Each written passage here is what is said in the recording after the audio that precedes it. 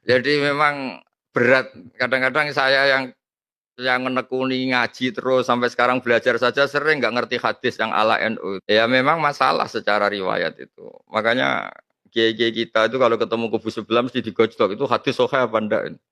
Tapi kelirunya kita mengistilahkan itu 7 hari 40 hari akhirnya lah kebetulan kiai-kiai kita nyari dalil yang 7 hari 40 hari. Nyari dalil-dalil wah 7 hari itu roh sedang begini, kalau 40 hari sedang gini, 100 hari sedang gini.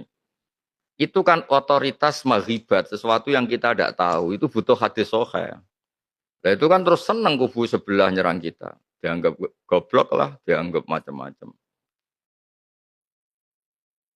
Begini ya, jadi ini saya bacakan kitab dari Sultanul Ulama, ketua dari semua ulama. Jadi di di tradisi keilmuan sebetulnya mirip-mirip tradisi negara. Jadi ada presiden, ada menteri, ada apa. Kalau di wali kan ketuanya Syekh Abdul Qadir Jilani. Kalau di ulama dalam madhab Syafi'i itu ada orang yang digelari Sultanul Ulama, yaitu Syekh Izzuddin bin Abdussalam.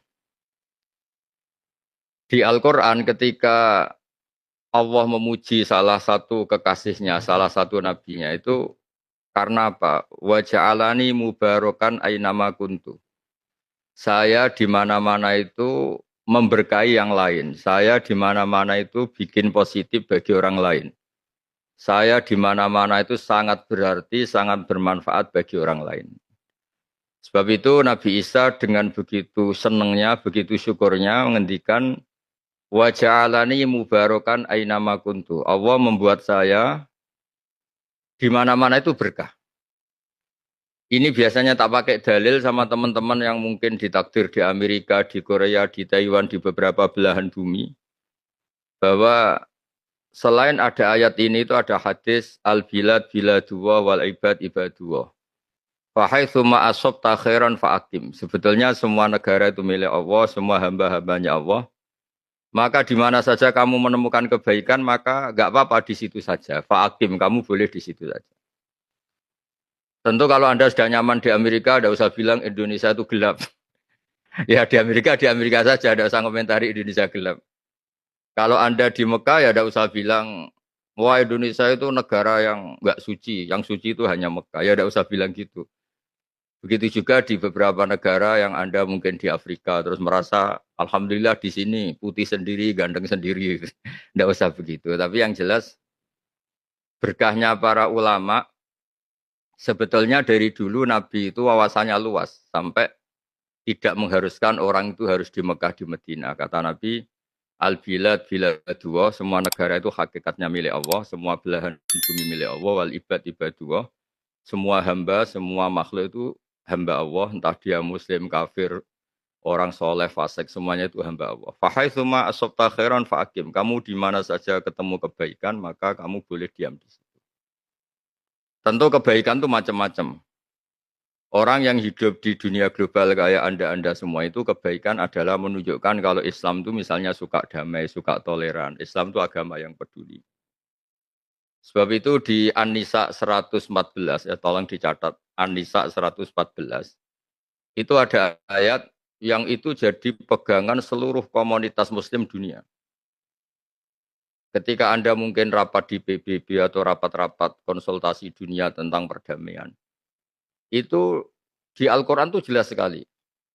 Di An-Nisa 114. Allah ngendikan la khaira fi katsirin min najwahum illa man amara bi shadaqatin au ma'rufin au islahim bainan nas. Diskusi apapun itu tidak ada baiknya kalau tidak mengarah pada ya la khaira itu tidak najwa itu diskusi atau presentasi ilmiah atau musyawarah atau rembukan. Mungkin kalau orang orang yang tidak jabat bilangnya cangkruan atau di mana saja. Diskusi apapun tidak ada baiknya. La khaira fi katsirin min najwahum illa man amara bi shadaqatin. Kecuali orang-orang yang peduli secara sosial. Sedekah itu berinfak atau peduli secara sosial. Illa man amara bi shadaqatin au ma'rufin atau menggembar-gemborkan, mengumandangkan, mensyariatkan sesuatu yang ma'ruf, mudah dikenali. Mudah dikenali itu artinya lawan katanya mungkar. Mungkar itu sesuatu yang dilawan atau dianggap buruk oleh akal. Makanya disebut mungkar, diingkari. Kalau ma'ruf itu dimaklumi. Au islahim bainan nas. Allah tidak ngendikan bainal mukminin atau bainal muslimin. Allah ngendikan au islahim bainan nas. Semua kiat-kiat yang memperdamaikan antar manusia itu pasti diridhani Allah. Sebab itu dalam sejarah Islam paling monumental ada istilah piagam Madinah, ada Sulhul Hudaybiyah di mana Nabi demi kelangsungan hidup bersama pernah berdamai dengan kafir Quraisy. Nabi juga berdamai dengan orang-orang Yahudi Khaybar, Yahudi Bani Quraidah. Sebab itu damai itu enggak butuh alasan. Yang butuh alasan itu perang.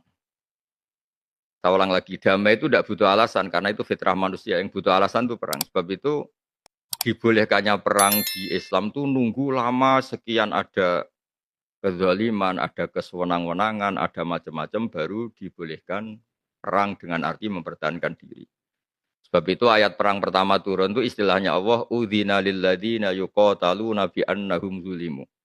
Telah diberi izin, itu ada di surat Hajj, telah diberi izin orang mukmin melawan atau mempertahankan diri dengan perang karena bi annahum zulimu, karena mereka dizalimi.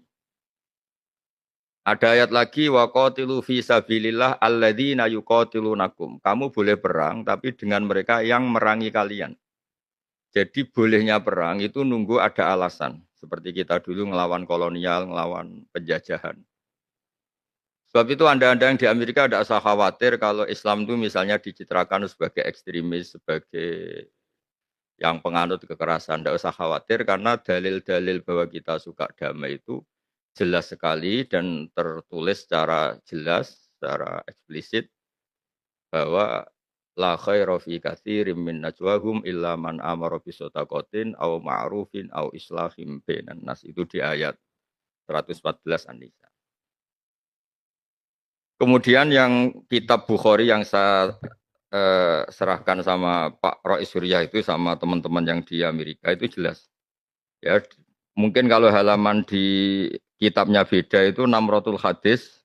Nomor hadis itu pasti sama, bisa dilihat 3231 ya, 3231.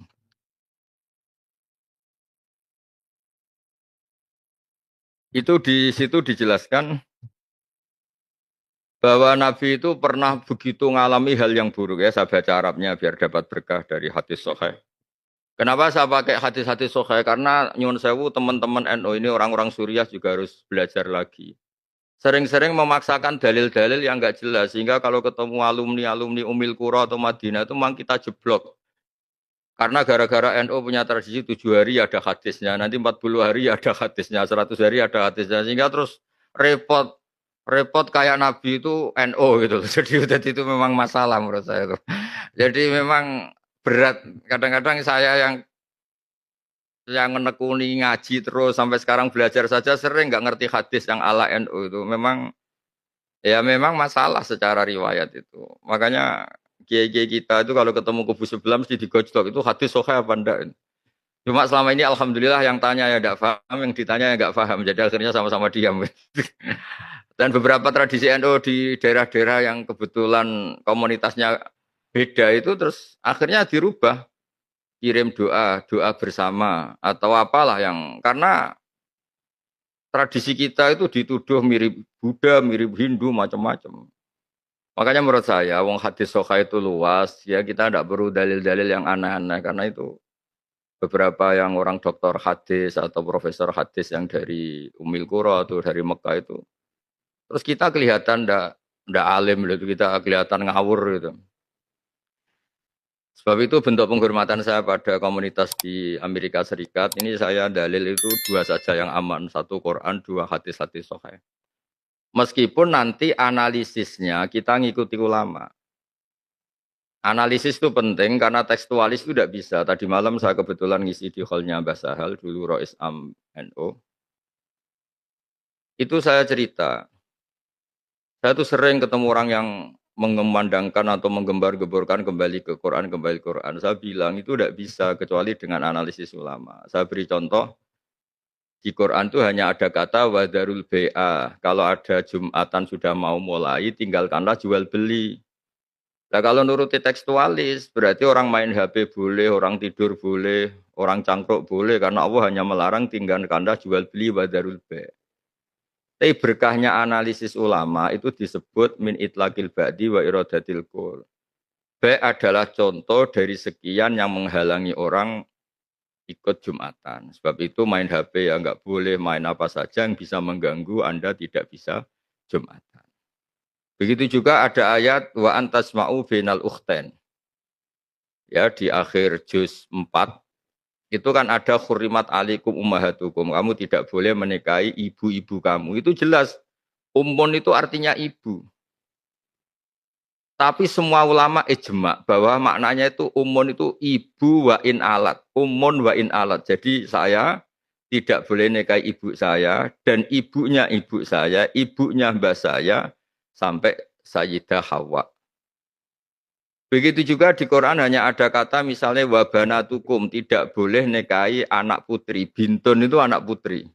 Tapi semua ulama sepakat dari kelompok manapun bahwa bintun itu maknanya wa insafulat, anak saya putri dan anaknya anak saya, anaknya anak saya. Yang terakhir jumlah yang diharamkan adalah wa antasma'u bainal ukhtain. Berpoligami dengan misalnya nikahi Sri dan mbaknya atau nikahi Sri dan adiknya. Itu jelas di Quran hanya melarang sesuai teks atau dohirnya teks wa antasma'u bainal ukhtain, menikahi poligami dua bersaudara. Zaman Rasulullah SAW sugeng itu Nabi sudah menambahkan wala bainal mar'ati wa kholatiha wala bainal mar'ati wa ammatiha, juga tidak boleh nikahi Sri plus nikahi buliknya atau nikahi budenya. Kemudian di era ulama supaya orang itu nggak salah paham, diberilah satu kaidah yang lebih komplit dalam pemahaman masyarakat, yaitu disebutkan tidak boleh berpoligami dengan dua perempuan yang keduanya ada hubungan mahram. Jadi misalnya Sri kamu nikahi nggak boleh bersamaan dengan itu nikahi saudara putrinya, saudarinya, atau buliknya, atau mbahnya, atau sama siapapun yang punya hubungan mahram. Sebab itu kata wa antasma'u bainal ukhtain, tidak boleh mengumpulkan dua bersaudara dalam satu nikahan adalah ibaratun anil mar'ataini bainahuma mahramiyatun. Hubungan dua perempuan yang ada mahram itu tidak boleh tahta rojulin wahid, punya suami satu, finikahin wahid, yaitu poligami. Sebab itu menurut saya teman-teman yang di Amerika atau dimanapun yang Suriah ini harus mulai terus menggalakkan belajar hadis-hadis sahih yang pemaknanya itu ikut ulama. Nanti insya Allah tetap lengkap, tetap tidak usah khawatir lah. Misalnya istighosah di tradisi NU atau tahlil. Kata bapak saya itu kalau ada orang ngeritik tahlil itu kan ngeritiknya karena kita ini 7 hari 40 hari. Bagaimana orang bisa mengkritik pelafalan atau perafalan atau mengumandangkan kalimat thayyibah. Ketika tahlil itu melibatkan kalimat thayyibah sebetulnya kan ikut dalil umum saja bahwa kalimat thayyibah itu baik, dilafatkan kemana saja baik, di mana saja baik. Wong itu kalimat thayyibah, orang mau mati ya disunatkan baca kalimat thayyibah. Lalu gara-gara istilahnya 7 hari, 40 hari, kemudian kan terus dikritik kita. Mana hadisnya? Wong Nabi ada ditahlili, sahabat juga ada yang tahlilan, kan terus kita kalah. Karena memang nggak pernah ada sahabat tahlilan gitu. Karena sahabat tidak punya kartu NU gitu. Tapi kan repot. Tapi kalau cari dalil sahabat melafatkan kalimat thayyibah pasti gampang karena ya sahabat suka wiridan. Wong jelas di Quran uzkur wa dzikron katsira, kamu nyebut Allah dzikron katsira, nyebut yang sering, yang banyak. Tapi kelirunya kita ngistilahkan itu 7 hari 40 hari akhirnya lah kebetulan kiai kita nyari dalil yang 7 hari 40 hari.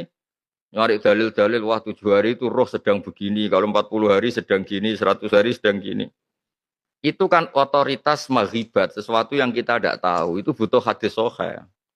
Nah itu kan terus senang kubu sebelah nyerang kita. Dianggap goblok lah, dianggap macam-macam. Sebetulnya kalau dianggap nggak apa-apa, kalau kebetulan kita ada goblok lah. Yang repot itu dianggap kebetulan kita ya keliru betul, itu saja kan masalah kan, itu kan masalah besar itu. Coba ikutkan saja kaidah umum misalnya uzkur wa dzikron katsira. Kenapa kalau wiridan NU la ilaha illallah kok 100? Ya kalau 100 kan pasti dzikron katsira itu pasti banyak itu. Kenapa tidak dua saja misalnya? Ya kalau dua kayaknya diperdebatkan itu sudah banyak apa belum kan lebih rasional. Yang disepakati banyak ya kita misalnya nyebut la ilaha illallah 10 kali, 100 kali. Pasti orang sepakat itu dzikron katsira. Nah, kenapa ada dua kali saja? Itu diperdebatkan itu banyak apa belum kalau dua itu. Daripada kita nyari dalil-dalil yang macam-macam tadi. Nah, meskipun saya di NU, entah saya sendiri nggak tahu saya ini kultural apa-apa yang jelas itu konstitusi saya itu bahwa orang alim itu harus hentikan ilmu dan kitmanul ilmi itu haram, menyembunyikan ilmu itu haram. Terus kemudian saya beri contoh lagi di kitabnya Said Muhammad Abu Abdul Farad. Ya ini saya tidak cerita halaman-halamannya, yang pokok tadi dua kitab saja. Nanti kalau cerita terus halaman-halamannya atau kitabnya yang di Amerika bingung loh, karena nanti Suriahnya belajar terus malah nggak jadi bisnis, malah jadi roi Suriah betulan nanti. Begini, hadis-hadis tentang jumlah kalimat thayyibah yang banyak itu rata-rata dhaif. Kalau itu diharuskan dan dinisbatkan ke Nabi. Tapi kalau tidak dinisbatkan ke Nabi, tapi karena kreasinya ulama atas nama masyarib, masyarib itu rasa kangen sama Allah sehingga nyebut Allah sering. Itu kan menjadi kaidah umum secara psikologi. Man ahabba syai'an aktsara dzikrah. Orang yang suka sesuatu pasti sering menyebut itu. Karena kita mencintai Allah, maka kita sering nyebut Allah. Kita mencintai Rasulullah, maka sering nyebut Rasulullah. Tapi tetap saja kamu tidak usah bilang bahwa jumlah-jumlah besar itu dari Nabi. Resikonya begini misalnya ya. Misalnya Rois Suriah Amerika Serikat berfatwa, orang itu kalau la ilaha illallah 100 kali, maka pasti masuk surga, ditambahi 100 kali. Nanti repot, orang yang mau mati kebetulan baca la ilaha illallah 3 kali. Wah ini belum surga karena jumlahnya belum cukup, kuotanya belum cukup, kan hadisnya 100 kali, itu kan bahaya sekali itu. Makanya hadis yang sahih hanya mangkola la ilaha illallah dakhalal jannah, jumlahnya hanya sekali. Kamu udah usah sok-sokan soleh terus hadisnya digenti 100 kali, 200 kali. Nanti repotnya kalau ada orang meninggal kebetulan baca baru 50 kali. Wah ini udah ahli surga karena kuotanya tidak cukup, wong hadisnya 100. Nah jumlah-jumlah besar itu rata-rata masalah secara riwayat, secara disiplin ilmu hadis. Di semua teks Bukhari Muslim, di semua hadis-hadis hanya mangqala la ilaha illallah dakhalal jannah. Mangkana akhiru kalami la ilaha illallah dakhalal jannah, tidak menyebut jumlah. Lah nanti kalau kita wiridan dan kebetulan kiainya itu suka tahlilan, lamanya enggak ampun minta ampun. Kalau di kampung-kampung kan biasa tahlil dining Mbah Abdullah atau tahlil dining Abdul Salam, mesti orang anak-anak muda ngerti. Waduh, suwi itu mesti lama itu. Tapi lamanya ini kita carikan dalil, yaitu tadi man ahabba syai'an aktsaru dzikrah. Orang yang suka sesuatu pasti sering nyebut. Misalnya Anda hidup di Amerika, mungkin ibu-ibu mencintai satu hal tertentu yang baru terkenal. Pasti ya sering nyebut itu. Anak-anak muda baru suka apa, ya sering nyebut itu. Misalnya dulu saya kan ngertinya ya anak muda-mudi. Sekarang orang bilang Gen Z, semuanya pasti pakai bahasa Gen Z. Nah karena kita mencintai Allah, man ahabba syai'an mesti aktsaru dzikra, orang yang suka sesuatu pasti sering nyebut. Dan kita alhamdulillah digelari Allah walladzina amanu asyaddu hubbalillah. Orang-orang iman itu adalah orang yang sangat mencintai Allah. Ya kemudian yang di Bukhari ini juga sekaligus kenangan saya. Ketika Nabi dapat perlakuan sangat buruk dari komunitas Abdi Yalil. Abdi Yalil itu sekarang ikut Taif. Taif itu sekitar 4 jam dari Mekah, yang di situ ada makamnya Abdullah bin Abbas yang dapat gelar tarjumanil Quran itu. Itu diperlakukan buruk sekali, dilemparin batu, dihujat, macam-macam. Kemudian ketika Nabi ingin di Taif, dakwah di Taif, karena di Mekah ditolak, ternyata perlakuan orang Taif lebih buruk. Kemudian Nabi kembali lagi ke Mekah, padahal Nabi menghindari Mekah ke Taif itu untuk dakwah dan dengan harapan Taif lebih baik. Ternyata lebih buruk karena orang Taif itu dijelaskan di tarikh aghrau sufaha'ahum. Orang-orang yang bodoh-bodoh yang tidak punya etika, tidak punya peri kemanusiaan disuruh ngelempari Nabi, disuruh. Jadi kunane kuno, mulai dulu itu kalau orang terpelajar itu relatif berkemanusiaan. Makanya orang-orang terpelajarnya nggak mau, mereka benci Muhammad tapi nggak mau ngelimpari sendiri. Tapi mereka aghrau sufaha'ahum, memprovokasi orang-orang bodoh, orang-orang yang nggak terpelajar untuk ngelimpari Nabi sampai Nabi berdarah-darah. Karena mereka sendiri sebagai orang terpelajar itu menghindari itu, menghindari berbuat anarkis itu. Akhirnya Nabi nganggep di Mekah itu lebih baik. Pulanglah Nabi ke Mekah lagi. Terus disambut oleh Malakul Jibal, ada malaikat gunung bilang, ya Rasulullah saya punya tugas dari Allah untuk ngasih engkau dua pilihan. Apa engkau ingin orang-orang Mekah ini yang mendustakan kamu ditungkepi gunung, cara ditimpali gunung ini supaya mereka mati semua. Ya terus di situ, ya ini saya baca supaya jadi kenangan ya ada teks hadis sahih di situ. Sumakola ya Muhammad fakola dzalika fi masyi'ta. Tapi itu terserah kamu. In syi'ta an utbika alaihim al-akhsyabain. Kalau kamu ingin mereka akan satu tumpas dengan dua gunung besar ini. Faqala Nabi sallallahu alaihi wasallam bal arju ayyukhrijawahu min aslabihim ma ya'budu wa wahda.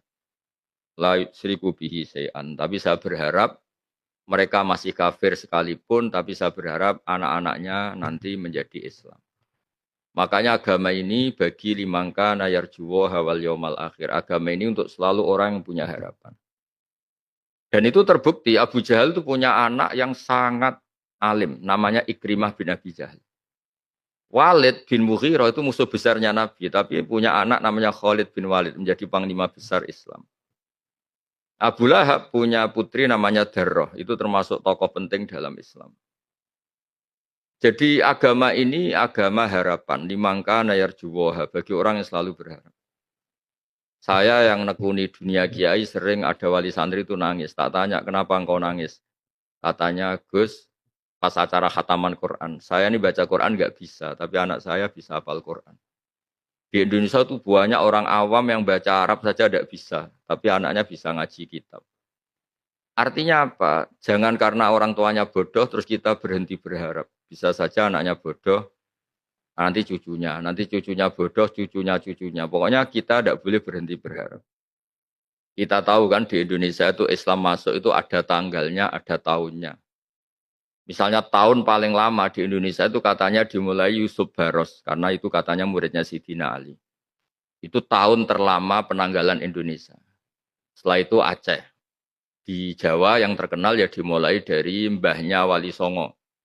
Karena Wali Songo itu kita tahu ketuanya Sunan Ampel, punya abah namanya Ibrahim Asmoro Kondi, terus punya abah namanya Mbah Jumadil Kubro. Jadi kalau orang-orang Jawa, Islam itu kelihatan di Jawa itu ya dimulai dari mbahnya Sunan Ampel, itu Mbah Jumadil Kubro yang secara terkenal makamnya katanya di Mojokerto.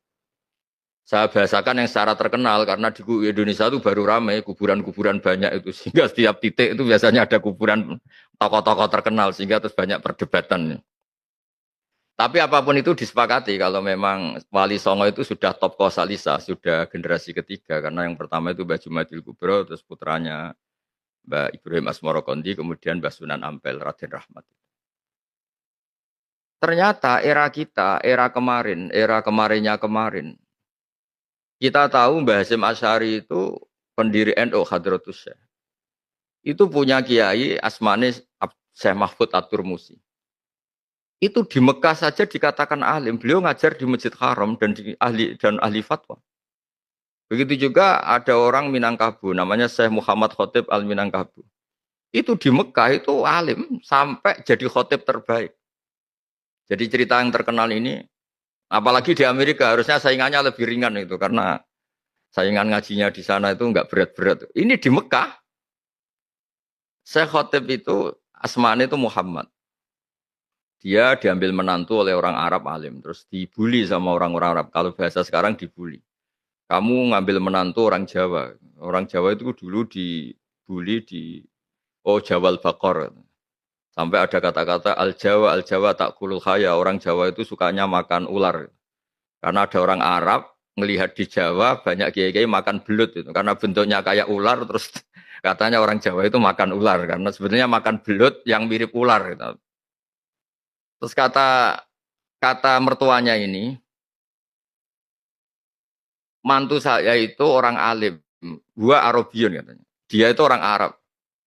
Terus kata orang-orang yang bully, Fakih fayakunu Arabian. Bagaimana dia orang Arab, padahal dia dari Jawa. Dulu kalau bahasa Arab kuno itu bilang seluruh Indonesia itu Jawa, bukan Sumatera, bukan Kalimantan, semuanya disebut Jawa. Baru era modern saja karena orang Banten tuh komplain, saya Nawawi Al-Jawi, terus orang-orang Banten karena terus ditambahi Al-Bantani gitu. Sebetulnya dulu ndak, dulu semuanya Al-Jawi. Katanya mantu saya itu Arabiun.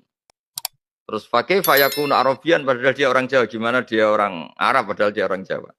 Kata mertuanya, Al-Arabiyu mayyatakallamu bil Arabiyah alal fusha. Orang Arab betul itu yang bisa ngomong Arab secara fusha dengan bahasa kasta tertinggi yaitu fusha. Terus kalau nggak percaya, suruh khutbah dadakan. Walhasil tidak dikasih tahu, tidak dikonfirmasi. Beliau pas Jumatan ya kayak umumnya orang Jumatan, nggak diberitahu. Langsung disuruh khutbah. Tapi Faja'a bil asbil ujab. Dia khutbah itu sangat menarik dengan bahasa Arab tertinggi kastanya. Kalau menurut ukuran sastra Arab itu ngendikan yang kasta Arabnya itu terbaik. Sampai digelari Muhammad Khotib Al-Minangkabu. Al-Khotib itu yang ahli khutbah. Artinya apa? Baru kemarin kita katanya banyak cerita. Era Brawijaya V baru kita Islam. Tapi era-era itu sudah yang terbaik kita. Ada Syekh Khotib Minangkabu, ada Syekh Nawawi Al-Bantani, ada Syekh Mahfud At-Turmusi. Era modern ada Mbah Maimun, ada Mbah Sahal. Betapa berkahnya agama ini. Karena apa? Enggak berhenti berharap. Mungkin nenek moyangnya orang-orang alim itu ya umumnya orang Jawa. Bisa dibayangkan. Wong saya saja masih menangi kalau di kampung-kampung tertinggal itu. Orang lewat pohon besar, amit bah, amit, putune jenengan badhe liwat.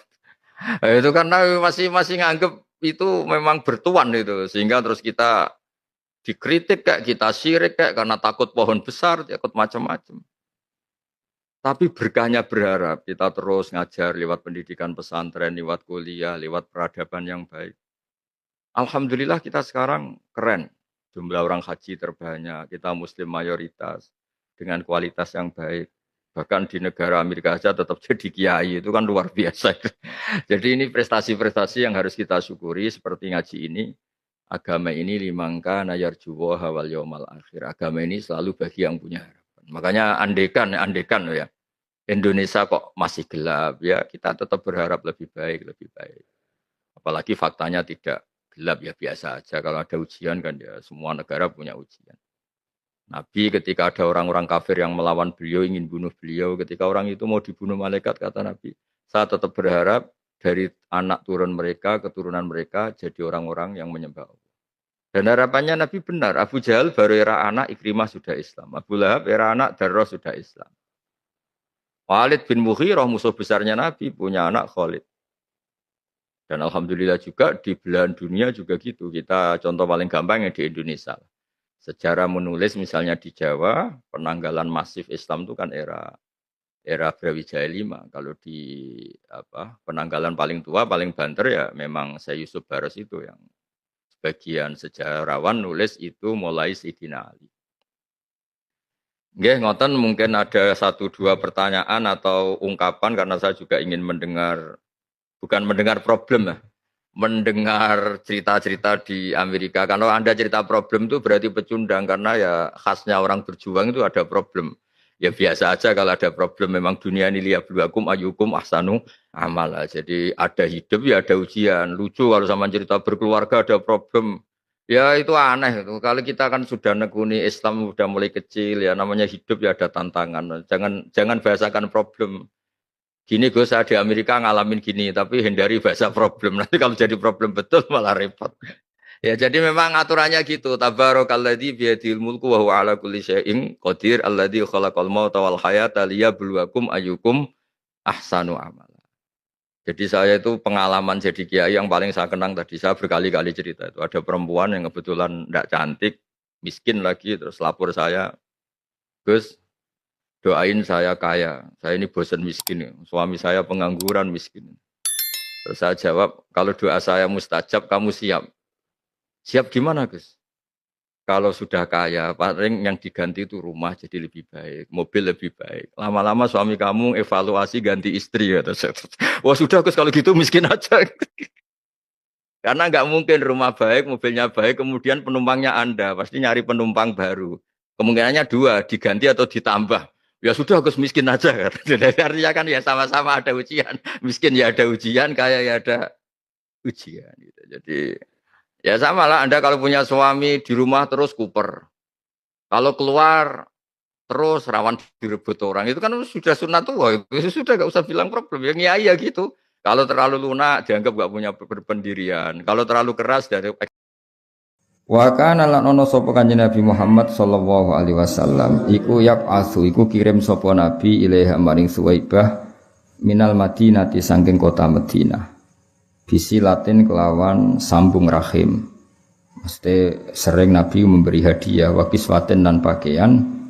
Ia kang utawi kiswah biha kelawan Suwaibah hariyatun iku banget pantese.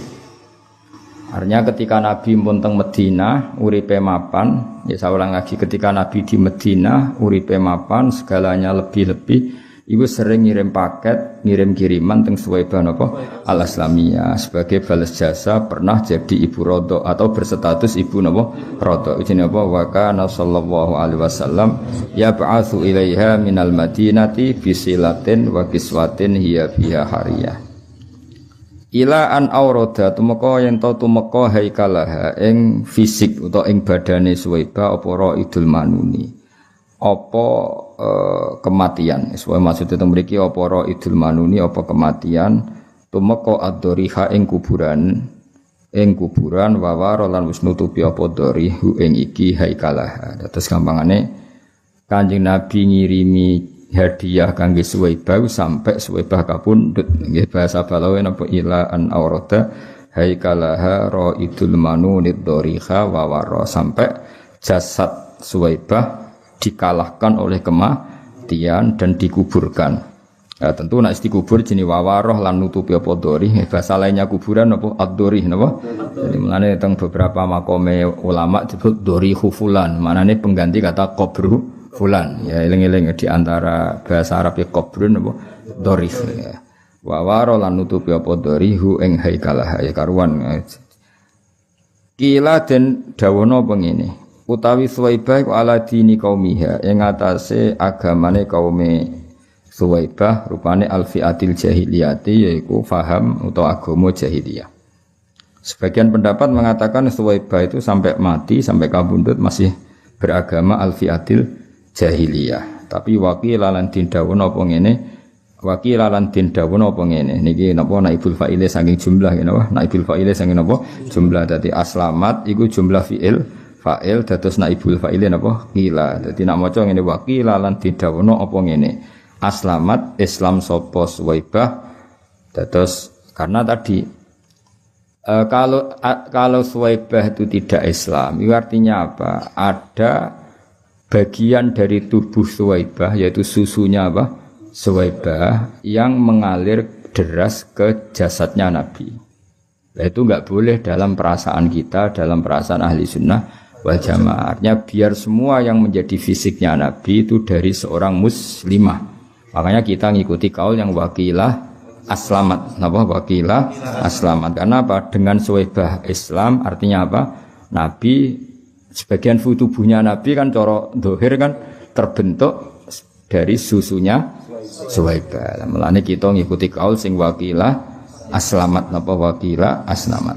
Nah kalau sampean tanya, lalu sebelum Nabi jadi Nabi kan belum bisa dikatakan Islam. Lah itu tidak masalah.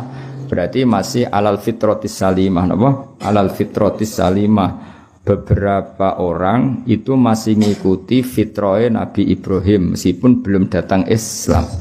Lane Abdul Muthalib gak ada tradisi napa tawaf, nggih gak ada tradisi menghitani Kanjeng Nabi. Berarti ana baqiyatun min millati napa Ibrahim. Nah, Suwaibah juga gitu, iso wae gadah baqiyah sangka tradisi millati napa Ibrahim. Nah, setelah Nabi dados Nabi piyambake Islam. Wakila napa aslamat. Nah, kita tentu ngikuti kaul sing wakila napa aslamat karena itu secara nurani lebih gampang. Karena kita ndak ingin ada susu min kafirotin dari orang kafir mengalir ke tubuh Kanjeng Nabi. Paham ya? Jadi kita ngikuti kaul sing napa wakila aslamat. Asbatan netepno al khilafa ing khilaf. Asbatan netepno al khilafa ing khilaf sapa Ibnu Mandah sapa Ibnu Mandah wa hakalan cerita sapa Ibnu Mandah ing khilaf. Pun titik. Dados sing nate nyusui Nabi satu ibunya nggih tapi hanya beberapa hari terus kemudian Suwaibah al-Aslamiyah. Paham nggih? Terus yang menyusui ketika sumartuat mongko nuli nyusui ing Kanjeng Nabi sapa al-fatatu canom rupane Halimatus Sa'diyah Halimah Sa'diyah. Ini yang paling populer akhirnya yang paling populer murdi ay Nabi Halimah As-Sa'diyah. Sajane niku penyusu ketiga napa? Karena pertama siapa? Ibunya sendiri, terus Suwaibah napa? Al-Aslamiyah, ketiga Halimah Sa'diyah. Wa kana lan ana sapa wa kana qatradda. Wa kana lan ana apa sa'anu satu fakta. Wa kana ayyisa'nu. Wa kana lan ana apa kelakuan iku ngene iku qatradda. Dadi kados wingi kula nerangkan nggih. Domir sa'an adalah domir al-mufassar bi jumlatin ba'dahu. Dadi wa kana lan ana apa sa'an ayil amrul waqi' kejadiannya begini ku ngene qatradda kullu minal qaumi satyaha li faqriha wa aba. Fakta yang terjadi adalah Halimah adalah orang yang menawarkan jasa menyusui kemudian karena dia fakir ditolak suku-sukuku res. Karena kalau penyusu itu fakir kan kurang gizi. Kalau kurang gizi susunya kurang baik. Nah itu sehingga Halimah itu menawarkan jasa menyusui di Quraisy itu ditolak. Jenenge wa kana qatradda kullum minal qaumi satyaha li faqriha wa abah. Wa kana lan ana apa saaniku qatradda teman-teman nolak sapa kulun saben-saben suci minal qaumi sanging kaum satyaha ing susuane Halimah li faqriha krana fakire Halimah. Wa aba lan moh sapa kulun minal qaumi wa aba lan moh sapa kulun minal qaumi ngemoi hu ing satyaha. Tapi sausé nyusui Kanjeng Nabi fa akhsoba mongko dadi gemah ripah. Dadi makmur. Akhsob ku maknane makmur, khosoban maknane apa? Makmur. Fa akhsoba mongko dadi makmur. Apa aisyuha kehidupane Halimah? Ba'dal mahli sausé paceklik. Oleh makmur qoblal asyati sedurunge nganti sore. Iku barokah Kanjeng Nabi. Jadi ketika Sayyidah Aminah memutuskan sinten? Kanjeng Nabi disusui sinten? Halimah As-Sa'diyah pagi menyusui ndak sampai sore hidupnya sudah penuh berkah. Iki jenenge apa? Fa akhsoba aisyuha ba'dal mahli qoblal asyiyah. Mahlin maknane paceklik. Jadi macane mboten mahalin tapi apa? Mahlin paceklik atau masa-masa sulit. Wadar lan dadi deres apa Sadiyah. Soal kata Sadiyani terus nunnya dibuang karena mudhof ya, nunnya dibuang karena apa? Mudhof.